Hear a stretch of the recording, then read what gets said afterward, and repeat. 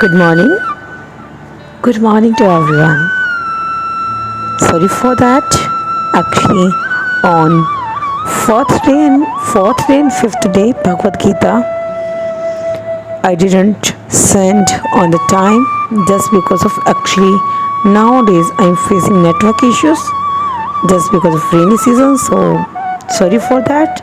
I sent too late. Sorry. Please apologize me. And now start on the sixth day, 23rd verse of Bhagavad Gita. O son of Parth, do not yield to this degrading impotence. It does not become you. Give up such petty weakness of heart and arise, O justicer of the enemy.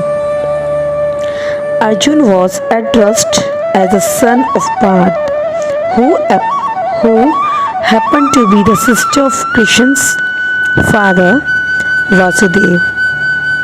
Therefore, Arjun had a blood relationship with Krishna.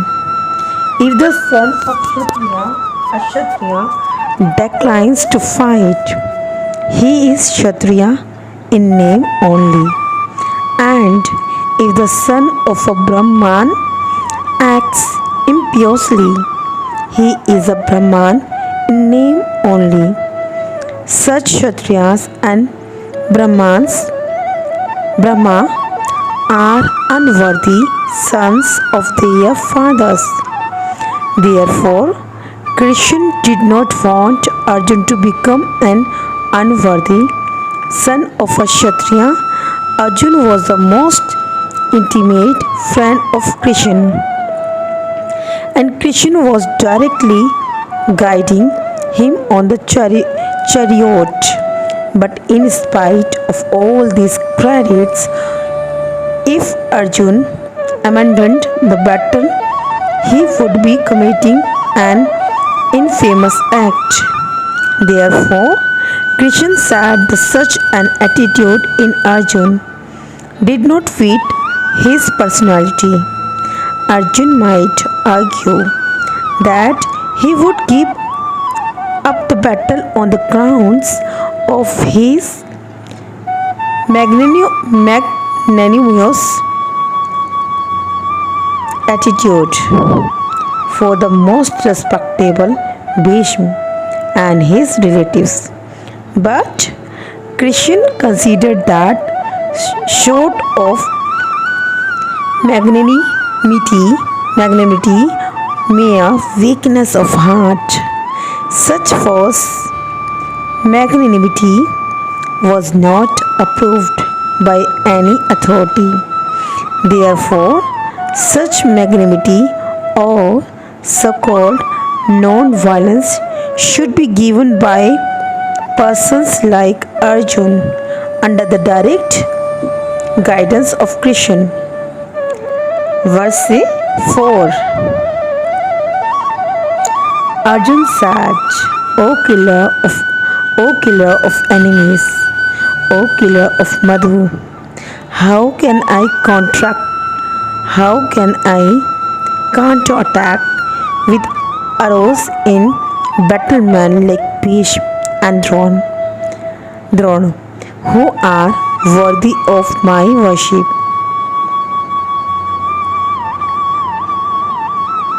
Respectable superiors like Bhishma, the grandfather, and Dronacharya, the teacher, are always worshipable. Even if they attack, they should not be counter-attacked. It is general etiquette that superiors are not to be offered even a verbal fight. Even if they are sometimes harsh in behavior, they should not be harshly treated. Then, how is it possible for Arjun to counterattack them? Would Krishna ever attack his own grandfather? Ugrasena or his teacher Sandipani Muni.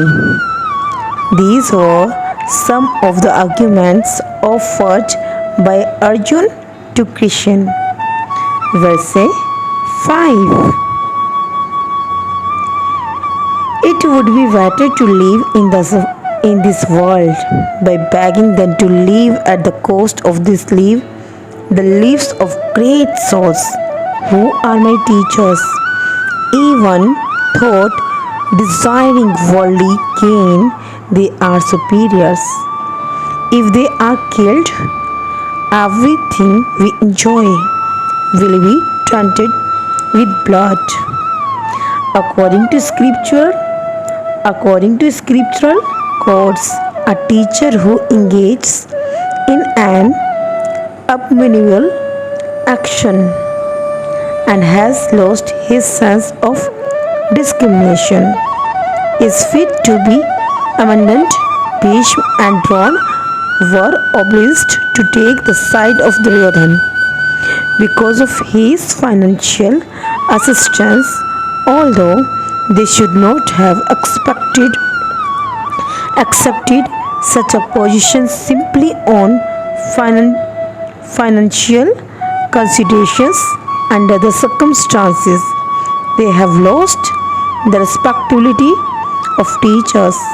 But Arjun thinks that nevertheless they remain his superiors and therefore to enjoy material profits.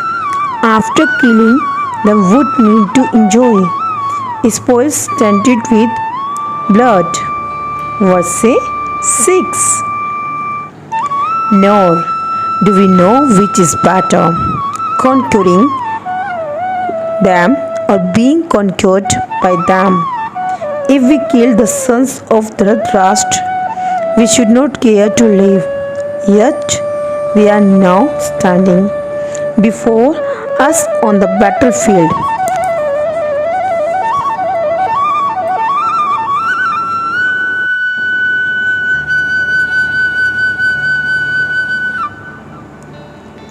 Arjun did not know whether he should fight and risk unnecessary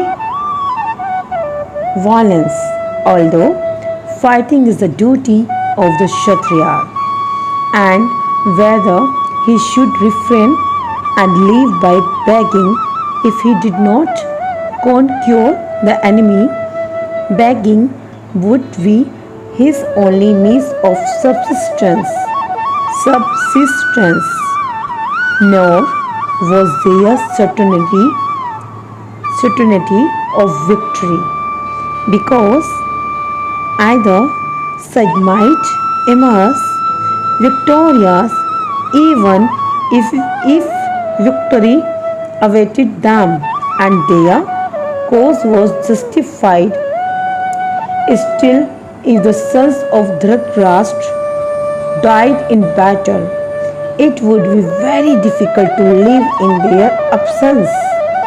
Under the circumstances, that would be another kind of defeat for them.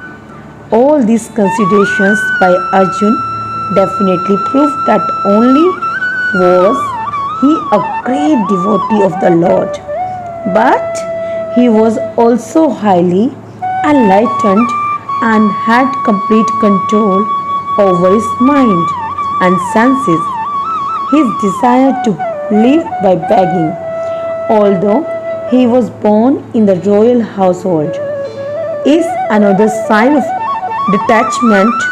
He was truly virtuous, as these qualities combined with his faith in the words of instructions of Sri Krishna, his spiritual master, indicate. It is concluded that Arjun was quite fit for liberation unless the senses are controlled. There is no chance of elevation to the platform of knowledge, and without knowledge and devotion, there is no chance of liberation. Arjun was competent In all these attributes, over and above his enormous attributes in his material relationships. Verse 27.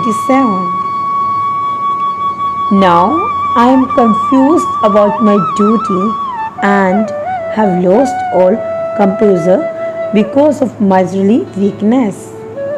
In this condition, I am asking you to tell me for certain what is best for me. Now I am your disciple and a soul surrendered unto you. Please instruct me by nature's own way the complete system of material activities is a source of perplexity for everyone. In every step there is perplexity, and therefore it behooves one to approach a bona fide spiritual master who can give one proper guidance for executing the purpose of life. All Vedic literatures advise us to approach a bona fide spiritual master to get free from the perplexities of life which happen without our desire. They are like a forest fire that somehow bloods without being set by anyone. Similarly, the world situation is such that perplexities of life automatically appear without our wanting such confusion. No one wants fire, and yet it takes place and we become perplexed. The Vedic wisdom therefore advises that in order to solve the perplexities of life and to understand the science of the solution, one must approach a spiritual master who is in the disciplic succession. A person with a bona fide spiritual master is supposed to know everything. One should not, therefore, remain in material perplexities, but should approach a spiritual master. This is the purport of this verse. Who is the man in material perplexities? It is he who does not understand the problems of life. In this Upanishad, the perplexed man is described as follows. He is a miserly man who does not solve the problems of life as a human, and who thus quiets the world like the cats and dogs without understanding the science of self-realization. This human form of life is a most valuable asset for the living entity who can utilize it for solving the problems of life. Therefore, one who does not utilize this opportunity properly is a miser. On the other hand, there is the Brahman, or he who is intelligent enough to utilize this body to solve all the problems of life. The Kirpans, or miserly persons waste their time in being overly affectionate for family, society, country, etc. in the material conception of life. One is often attached to family life, namely to wife, children and other members on the basis of skin disease. The miserly man thinks that he is able to protect his family members from death? Or the miserly man thinks that his family, a society, can save him from the verge of death. Such family attachment can be society can save him from the verge of death. Such family attachment can be found even in the lower animals who take care of children. Also, being intelligent, Arjun could understand that his affection for family members and his wish to protect them from death were the cause of his perplexities. Although he could understand that his duty to fight was awaiting him, still on account of miserly weakness, he could not discharge the duties. He is therefore asking Lord Krishna, the supreme spiritual master, to make a definite solution. He offers himself to Krishna as a disciple.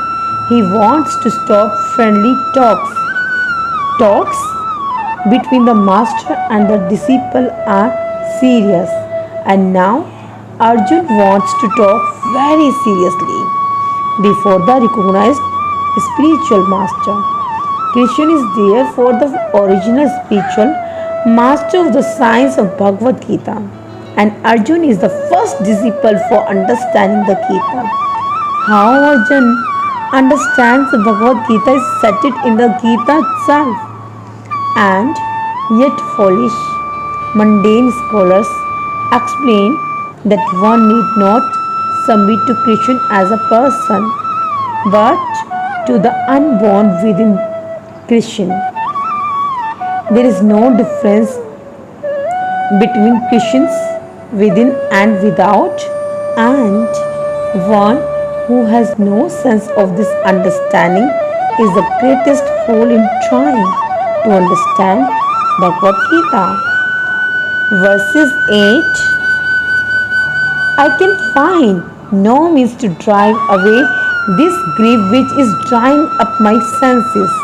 I will not be able to disciple if even if I win a prosperous, unrevealed kingdom on earth with sovereignty like the demigods in heaven. Although Arjun was putting forward so many arguments based on knowledge of the principles of religion and moral codes, it appears that he was unable to solve his real problem without the help of the spiritual master. Lord Shri Krishna, he could understand that his so-called knowledge was useless in driving away his problems, which were trying up his own existence, and it was impossible for him to solve such perplexities without the help of a spiritual master like Lord Krishna. Academic knowledge, scholarship, high position, etc. are all useless in solving the problems of life. Help can be given only by a spiritual master like Krishna. Therefore, the conclusion is that a spiritual master who is 100% Krishna conscious is the bona fide spiritual master, for he can solve the problems of life. Lord Chaitanya said that one who is master is the science of Krishna consciousness, regardless of the social position, is the real spiritual master. It does not matter whether a person is a learned scholar in Vedic wisdom or is born in a lower family or is in the renounced order of life. If he is master in the science of Krishna, he is a perfect and bona fide spiritual master. So, Without being a master in the science of Christian consciousness, no one is a bona fide spiritual master. It is also said in Vedic literature. A scholarly Brahman, expert in all subjects of Vedic knowledge, is unfit to become a spiritual master without being a Vaishnava or expert in the science of Christian consciousness.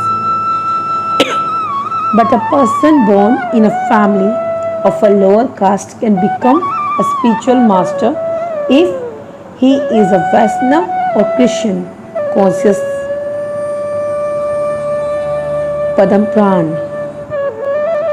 The problems of material existence, birth, old age, disease, and death cannot be counteracted by accumulation of wealth and economic development. In many parts of the world, there are states which are replete with all facilities of life, which are full of wealth and economically developed. Yet the problems of material existence are still present. They are seeking peace in different ways, but they can achieve real happiness only if they consult Krishna or the Bhagavad Gita and Srimad Bhagavatam, which constitute the science of Krishna, through the bona fide representative of Krishna, the man in Krishna consciousness. If economic development and material comforts could drive away one's limitations for family, social, national, or international inabilities, then Arjun would not have said that even an unrevealed kingdom on earth or supremacy like that of the demigods in the heavenly planets would be unable to drive away his limitations. He sought, therefore, refuge in Christian consciousness, and that is the right path for peace and harmony. Economic development or supremacy over the world can be finished at any moment by the cataclysms of material nature. Even elevation into a higher planetary situation, as men are now seeking on the moon planet, can also be finished at the one stop. The Bhagavad Gita confirms this. When the results of pious activities are finished, one falls down again from the peak of happiness for the lowest status of life. Many politicians of the world have fallen down in that way. Such downfalls only constitute more causes for limitations. Therefore, if we want to curb limitations for good, then we have to take shelter of Krishna, as Arjun is seeking to do. So, Arjun asked Krishna to solve his problem definitely, and that is the way of Krishna consciousness. Verse 9. Sanjay said, having spoken thus, Arjun justicer of enemies told Krishna, Govind, I shall not fight and fell silent. Dhritarashtra must have been very glad to understand that Arjun was not going to fight and was instead leaving the battlefield for the begging profession.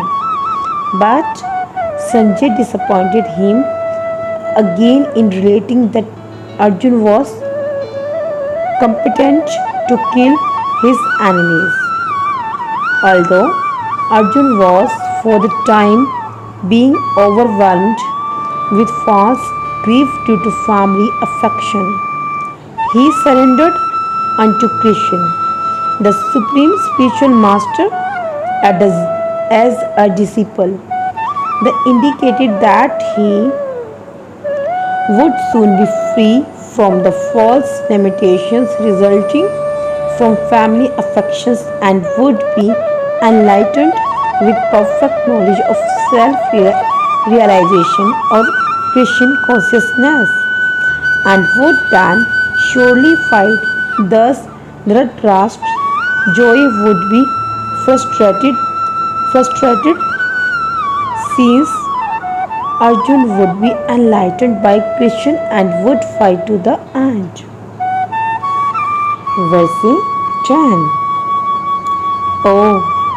O descendant of Bharat, at the time Krishna smiling is in the midst of both the armies, spoke the following words to the grief-stricken Arjun. The talk was going on between intimate friends, namely the Rishikesh and the Gudiksa as friends. Both of them were on the same level, but one of them voluntarily became a student of the other. Christian was smiling because his friend had chosen to become a disciple as Lord of all. He is always in the superior position as the master of everyone. And yet the Lord agrees to be a friend, a son, or a lover for a devotee who wants him in such a role, but when he was accepted as the master,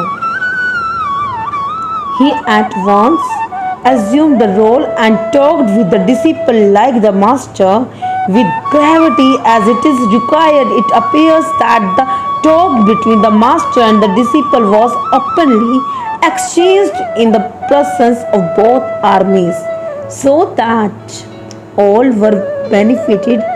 So the talks of Bhagavad Gita are not for any particular person, society, or community, but they are for all, and friends and enemies are equally entitled to hear them. Next verse is 11. The Supreme Personality of Godhead said while speaking, learned words you are mourning for what is not worthy of grief. Those who are wise lament neither for the living nor for the dead. The Lord at once took the position of the teacher and justified the student, calling him indirectly a fool. The Lord said, "You are talking like a learned man, but you do not know that who is learned. One who knows what is body and what is soul does not lament for any stage of the body, neither in the living nor in the dead condition." As explained in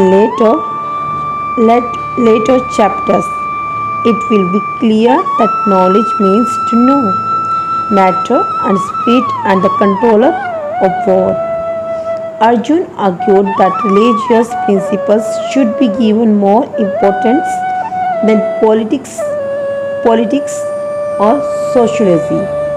But he did not know that knowledge of matter, soul, and the supreme is even more important than religious formularies, and because he was lacking in that knowledge, he should not have posed himself as a very learned man. As he did not happen to be a very learned man, he was consequently lamenting for something which was unworthy of lamentation. The body is born and is destined to be vanquished today or tomorrow. Therefore, the body is not as important as the soul. One who knows this is actually learned, and for him there is no cause of lamentations regardless of.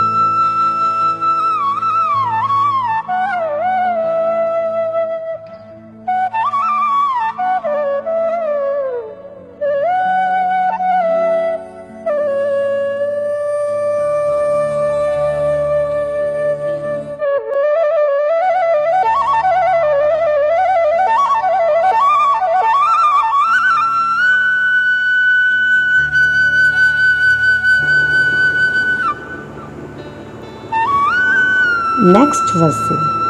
Never was there a time when I did not exist, nor you, nor all these things, nor in the future shall any of us cease to be. Next verse. In the Veds, in the Katha Upanishad, as well as in the Shvetashvatra Upanishad. It is said that the Supreme Personality of Godhead is the maintainer of innumerable living entities in terms of their different situations according to individual work and reactions of work. The Supreme Personality of Godhead is also by his plenary portions alive in the heart of every living entity. Only saintly persons who can see within and without the same Supreme Lord can actually attain to perfect and eternal peace.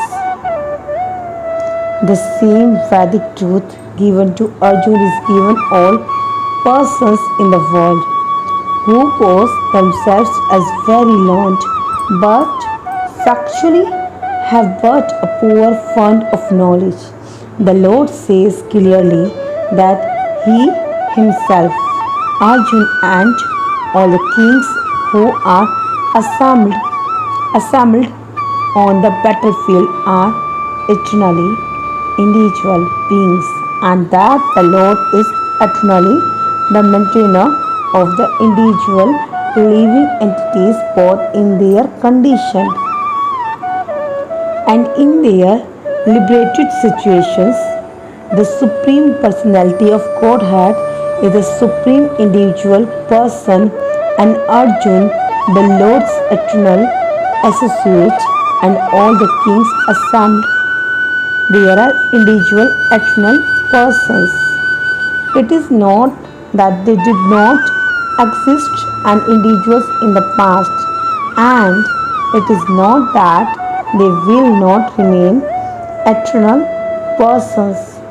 Their individuality exists in the past, and their individuality will continue in the future without interruptions. Therefore, there is no cause of limitations for anyone.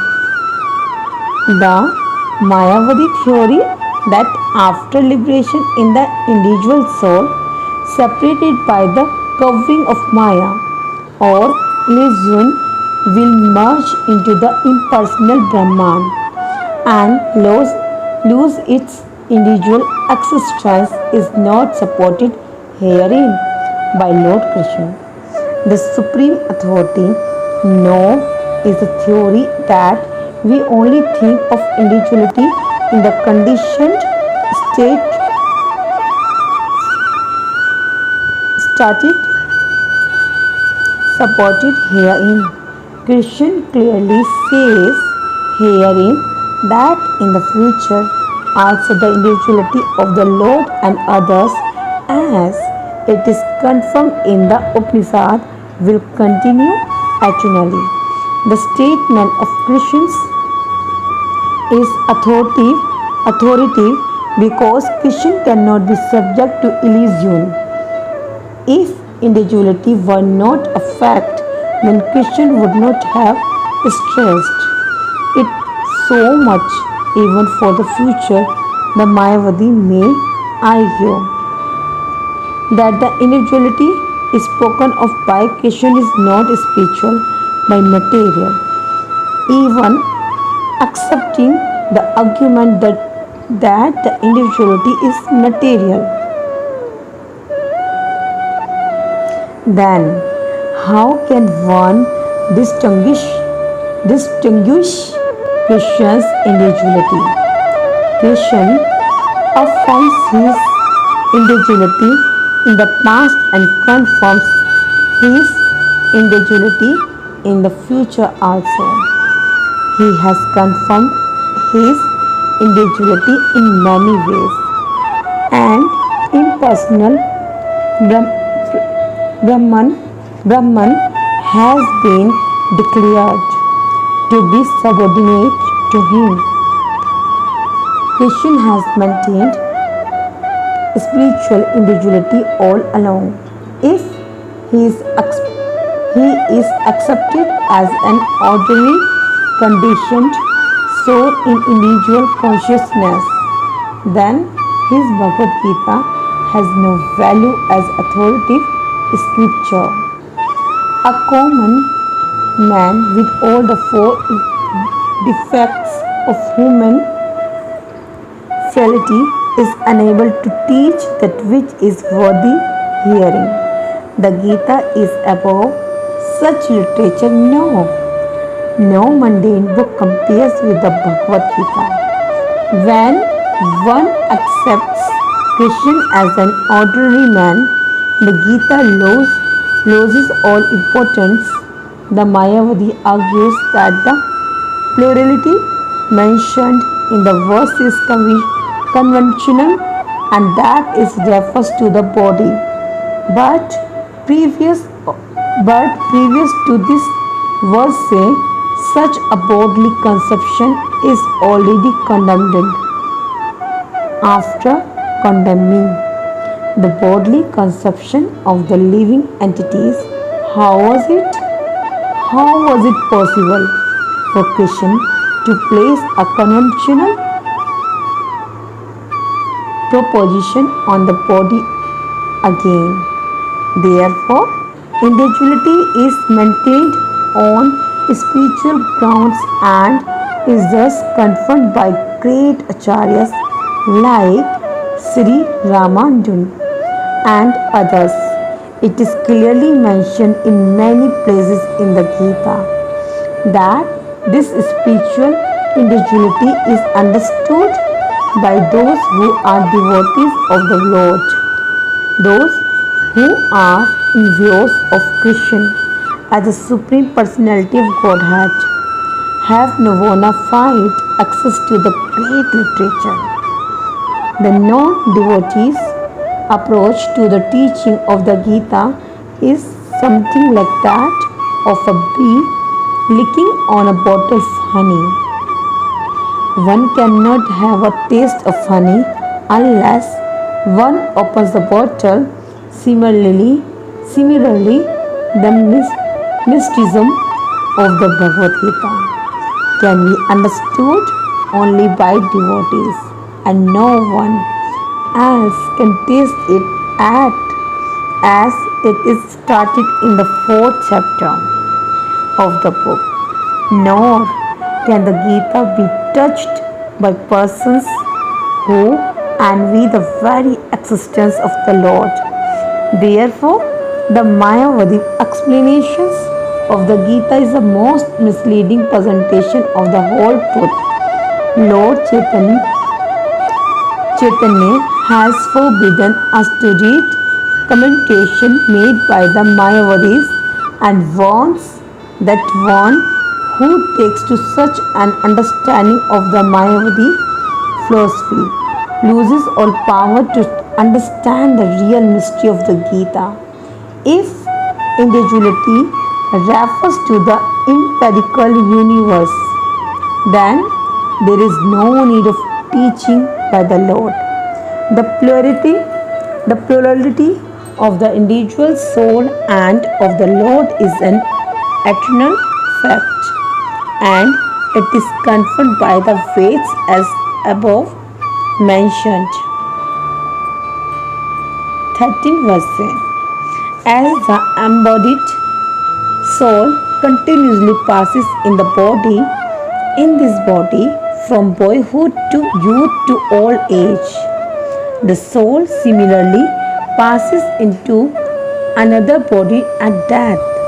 A sober person is not bewildered by such a change, since every living entity is an individual soul, each is changing his body every moment, manifesting sometimes as a child, sometimes as a youth, and sometimes as an old man.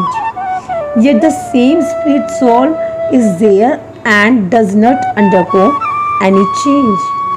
The individual soul finally changes the body at death and transmigrates to another body. And since it is sure to have another body in the next birth, either material or spiritual, there was no cause for lamentation by Arjun on account of death, neither or Bhishma, nor for Drona, for whom he was so much concerned. Rather, he should rejoice for their changing bodies from old to new ones, thereby rejuvenating their energy. Such changes of the body account for varieties of enjoyment or suffering according to one's work in life. So, Bhishma and Drona, being noble souls, were surely going to have spiritual bodies in the next life, or at least life in heavenly bodies for superior enjoyment of material existence. So, in either case, there was no cause of lamentation. Any man who has perfect knowledge of the constitution of the individual soul, the super soul, and nature, both material and spiritual, is called a dhir, or a most sober man. Such a man is never deluded by the change of bodies. The Mayavadi theory of oneness of the spirit soul cannot be entertained on the ground that the spirit soul cannot be cut into pieces as a fragmental portion. Such cutting into different individual souls would make the supreme cleavable or changeable, against the principle of the supreme source being unchangeable as confirmed in the Gita. The fragmental portion of the supreme exists eternally, Sanatan, and are called Sar, Kasar. That is, they have a tendency to fall down into material nature. These fragmental portions are eternally so, and even after liberation, the individual soul remains the same fragmental, but once liberated, he lives an eternal life in bliss and knowledge with the personality of Godhead. The theory of reflections can be applied to the super soul, who is present in each and every individual body and is known as a Paramatma. He is different from the individual living entity, When the sky is reflected in water, the reflections represent both the sun and the moon and the stars also. The stars can be compared to the living entities and the sun or the moon to the Supreme Lord. The individual fragmental spirit soul is represented by Arjun and the Supreme Soul is the personality of Godhead Sri Krishna. They are not on the same level as it will be apparent in the beginning of the fourth chapter. If Arjun is on the same level with Krishna and Krishna is not superior to Arjun, then their relationship of instructor and instructed becomes meaningless. If both of them are deluded by the illusory energy, Maya, then there is no need of one being the instructor and the other the instructed. Such instruction would be useless because in the clutches of Maya, no one can be an authoritative instructor. Under the circumstances, it is admitted that Lord Krishna is the Supreme Lord, superior in position of the living entity. Arjun, who is a forgetful soul deluded by Maya. Verses 14. O son of Kunti, the non-permanent appearance of happiness and distress and their disappearance in due to course are like the appearance and disappearance of winter and the summer seasons. They arise from sense perception, O Sion of birth, and one must learn to tolerate them without being disturbed. In the proper discharge of duty, one has to learn to tolerate non-permanent appearances and disappearances of happiness and distress. According to Vedic injunction, one has to take his bath early in the morning, even during the month of Megh, January to February. It is very cold at the time, but in spite of that, man who abides by the religious principles does not hesitate to take his bath. Similarly, a woman does not hesitate to cook in the kitchen in the months of May and June. The hottest part of the summer season, one has to execute his duty in spite of climatic inconveniences. Similarly, to fight is the religious principle of the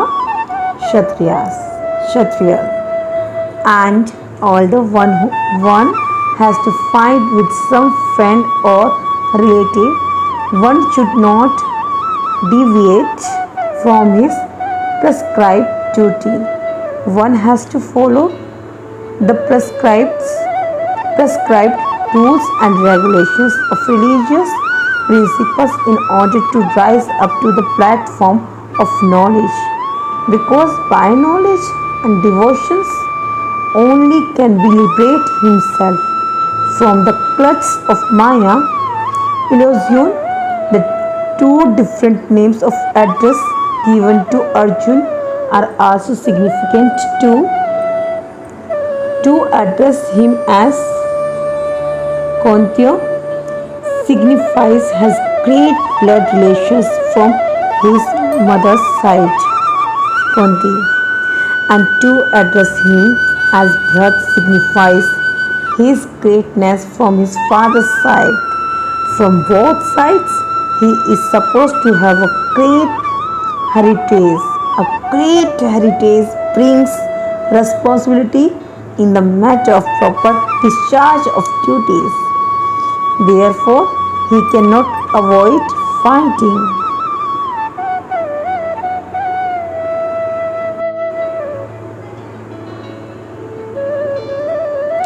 Next verse is 15. Oh, best among men, Arjun, the person who is not disturbed by happiness and distress and is steady in both is certainly eligible for liberation. Anyone who is steady in his determination for the advanced stage of spiritual realization and can equally tolerate the onslaughts of distress and happiness is certainly a person eligible for liberation in the wondrous, wondrous, Varnashram institution. The fourth stage of life, namely the renounced order, sannyas, is a painstaking situation, but one who is serious about making his life perfect surely adopts the sannyas order of life in spite of all difficulties. The difficulties usually arise from having to save a family relationships, to give up the conceptions of wife and children. But if anyone is able to tolerate such difficulties, surely his path of spiritual realization is complete. Similarly, in Arjun's discharge of duties as a Kshatriya, he is advised to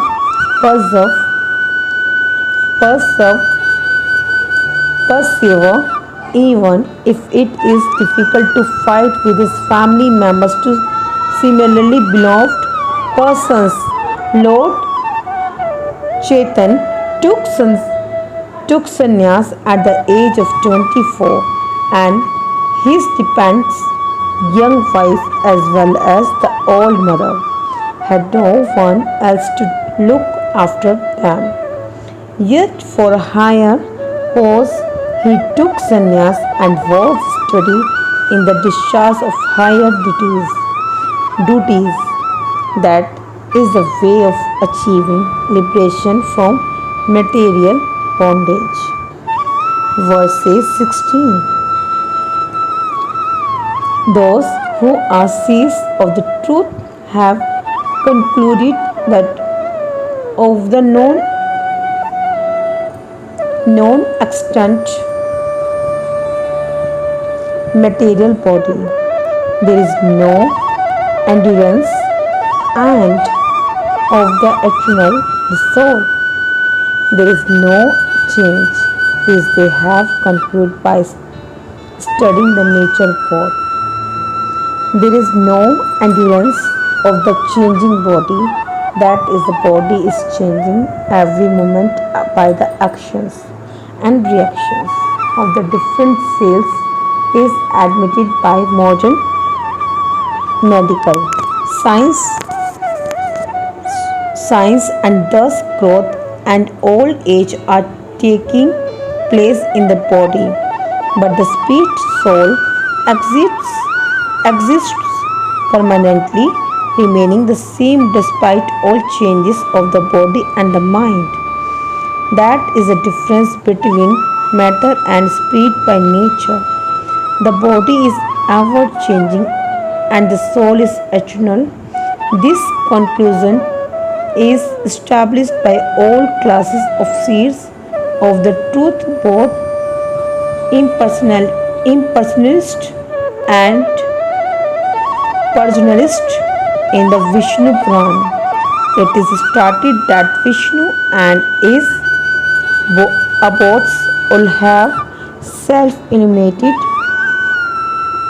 spiritual existence. The words existent and non-existent are therefore only to spirit and matter. That is the version of all seeds of truth. This is the beginning of the instruction by the Lord to the living entities who are bewildered by the influence of ignorance. Removal of ignorance involves an reestablishment of the eternal relationship between the worshipper and the worshipable, and the consequent understanding of the difference between the part and partial living entities and the Supreme Personality of Godhead. One can understand the nature of the Supreme by through study to oneself. The difference between oneself and the Supreme being understood as the relationship between the part and the whole in the Vedanta Sutras as well as in the Srimad Bhagavad. The Supreme has been accepted as the origin of all emanations.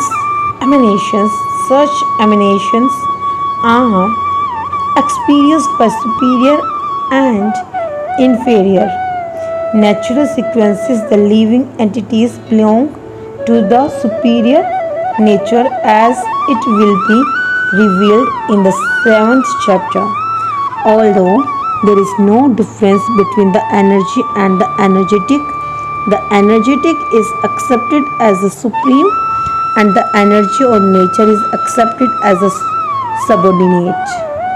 The living entities, therefore, are always subordinate to the Supreme Lord, as in the case of the master and the servant or the teacher and the taught.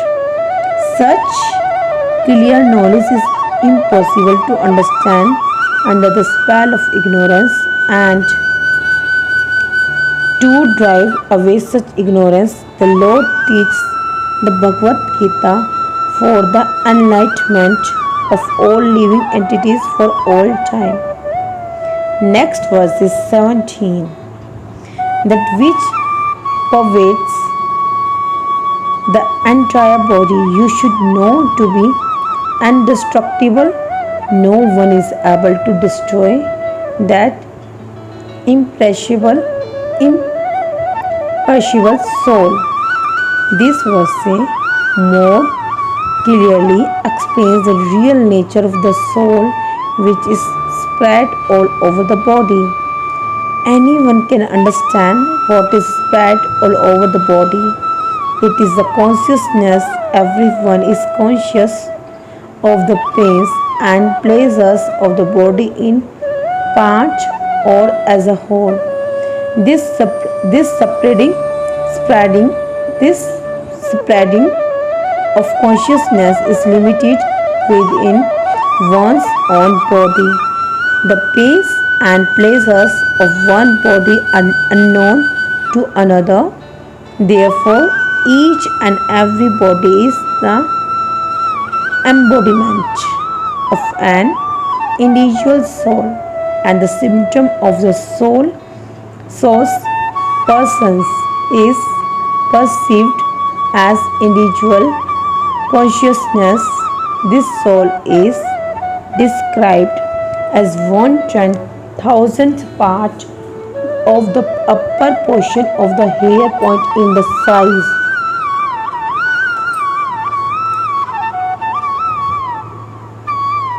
When the upper point of a hair is divided into 100 parts, and again each of such parts is further divided into 100 parts, each such part is a measurement of the dimension of the spirit soul. Similarly, the same version is started.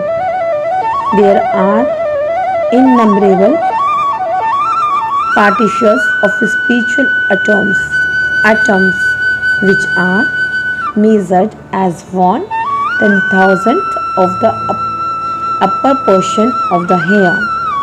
Therefore, the individual partition of a spirit soul is a spiritual atom smaller than the material atoms, and such atoms are innumerable. This very small spiritual spark is the basic principle of the material body, and the influence of such a spiritual spark is spread all over the body as the influence of the active principle of some medicine spreads throughout the body. This current of the spirit soul is felt all over the body as consciousness, and that is a proof of the presence of the soul. And layman can understand that the material body minus consciousness is a dead body, and this consciousness cannot be revived in the body by any means of material administrations.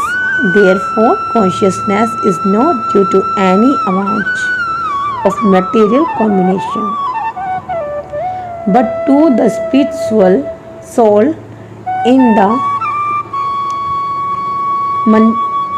Mundaka Upanishad.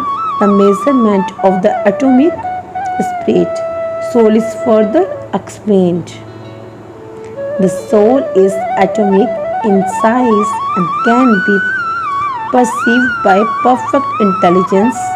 This atomic soul is floating in the five kinds of air: Pran, Apan, Vyan, Saman, and Udan. Is situated within the heart and spreads its influence all over the body of the embodied living entities. When the soul is purified from the contaminations of the five kinds of material air, its spiritual influence is exhibited.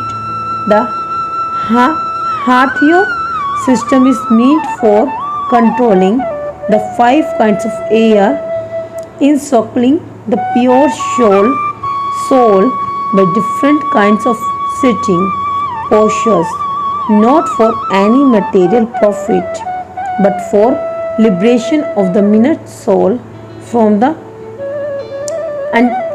entanglement of the material atmosphere.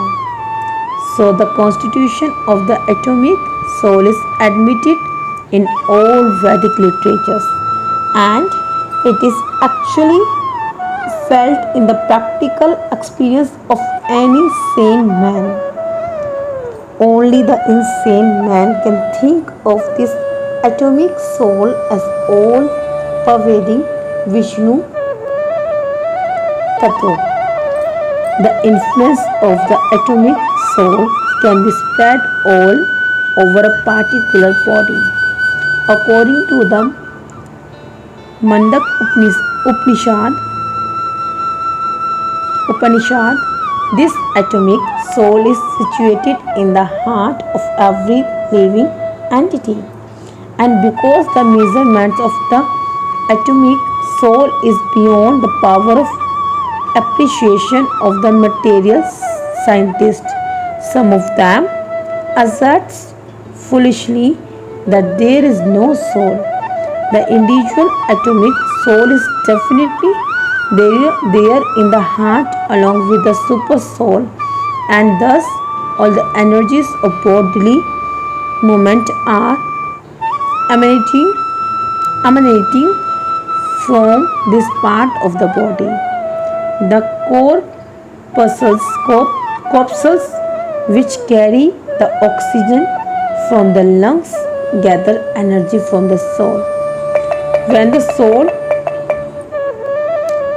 soul passes away from this position, the activity of the blood generating fusion ceases. Medical science accepts the importance of the red corpuscles, but it cannot ascertain that the source of the energy is the soul. Medical science, however, thus admit that the heart is the seat of all energies of the body. Such atomic particles of the spirit whole are compared to the sunshine. Molecules in the sunshine there are innumerable radiant molecules. Similarly, the fragmental parts of the Supreme Lord are atomic sparks of the rays of the Supreme Lord called by the name Prabha or superior energy. So, whether one follows Vedic knowledge or modern science, one cannot be denying the existence of the spirit soul in the body, and the science of the soul is explicitly described in the Bhagavad Gita and the personality of Godhead Himself. Thank you so much.